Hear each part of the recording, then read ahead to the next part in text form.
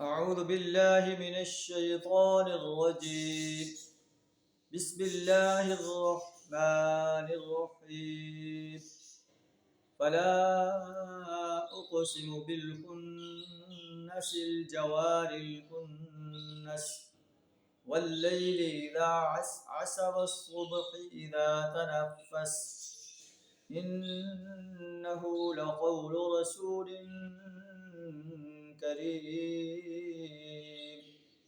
ذي قوة عند ذي العرش مكين مطاع ثم أمين وما صاحبكم بمجنون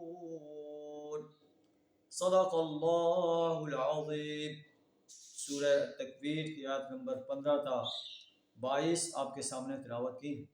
ان کا ترجمہ کچھ اس طرح ہے: فلا اقسم بالخنس الجوار الکنس، پس نہیں میں قسم کھاتا ہوں پلٹنے اور چھپ جانے والے تاروں کی، واللیل اذا عسعس، رات کی جب کہ وہ رخصت ہو جائے، والصبح اذا تنفس، صبح کی جب اس نے سانس لیا، انہ لقول رسول کریم، یہ فی الواقع ایک بزرگ پیغامبر کا قول ہے، اس سے مراد جبریل امین ہے۔ ذی قوت عند ذی العرش مکین، جو بڑی قوت والا ہے، عرش والے کے ہاں بلند مرتبہ ہے، مطاع ثم امین، وہاں اس کا حکم مانا جاتا ہے، وہ با اعتماد ہے۔ وما صاحبکم بمجنون، اور اے اہل مکہ تمہارا رفیق مجنون نہیں۔ یہ قسمیں کھا کر اللہ فرماتا ہے کہ یہ قرآن جو نبی صلی اللہ علیہ وسلم کی زبان سے ادا ہو رہا ہے، اللہ نے جبریل امین پر اسے نازل کیا، جبریل امین نے نبی صلی اللہ علیہ وسلم پر اسے نازل کیا۔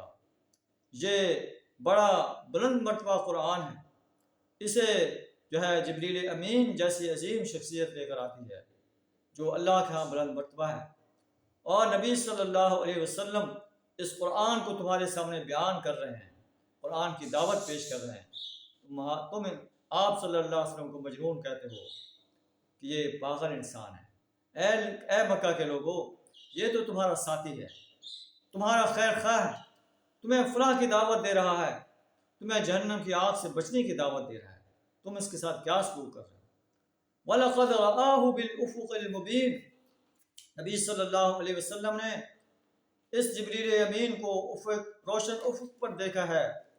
وَمَا هُوَ عَلَى الْغَيْبِ بِضَنِينٍ، اور وہ غیب کے اس علم کو لوگوں تک پہنچانے میں بخیل نہیں ہے۔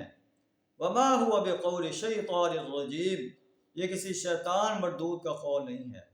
فَأَيْنَ تَذْهَبُونَ، تم کہاں جا رہے ہو؟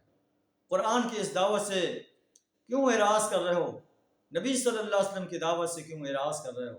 وہ تو تمہارے خیر خواہ کی حیثیت سے تمہیں جہنم کے عذاب سے بچانے کے لیے کوشش ہے، تمہیں جنت میں داخل کرنے کے لیے کوشاں ہیں۔ فَأَيْنَ تَذْهَبُونَ، تم کہاں جا رہے ہو؟ إِنْ هُوَ إِلَّا ذِكْرٌ لِّلْعَالَمِينَ، یہ تو سارے جہان والوں کے لیے ایک نصیحت، قرآن تمام جہان والوں کے لیے نصیحت ہے۔ اللہ کے رسول صلی اللہ علیہ وسلم اس عظیم قرآن کو تمہیں سنا رہے ہیں، اس قرآن کی طرف دعوت دے رہے ہیں۔ فَأَيْنَ تَذْهَبُونَ، تم کہاں جا رہے ہو؟ لِمَنْ شَاءَ مِنْكُمْ أَنْ يَسْتَقِيمَ، تم میں سے جو شخص چاہے وہ راہ راست پر چلنا چاہے وہ اس قرآن کی دعوت کو قبول کر لے۔ وَمَا تَشَاءُونَ إِلَّا أَنْ يَشَاءَ اللَّهُ، اور صرف تمہارے چاہنے سے کچھ نہیں ہوتا، إِلَّا أَنْ يَشَاءَ اللَّهُ رَبُّ الْعَالَمِينَ، جب تک رب العالمین نہ چاہے۔ اور رب العالمین اس کے لیے چاہتا ہے جو ہے اسلام کی طرف، قرآن کی طرف آنے کی تڑپ رکھتا ہے۔ جو تڑپ نہیں رکھتا، جو قرآن کی دعوت سے اعراض کرتا ہے، اللہ اسے اسی طرف پھیر دیتا ہے جس طرح وہ پھر رہا ہے۔ اللہ سبحانہ وتعالیٰ ہمیں اس کتاب انقلاب کی دعوت کو قبول کرنے، اس کو جو ہے مضبوطی سے تھامنے، اس پر عمل کرنے، اس کی انسانیت کے سامنے دعوت پیش کرنے، اور قرآن جو نظام دیتا ہے اس نظام کو اس سرزمین پر غالب کرنے کے لیے اپنا مال، جان، وقت اور صلاحیت کھپا دینے کی توفیق عطا فرمائے۔ وآخر دعوانا ان الحمد للہ رب العالمین۔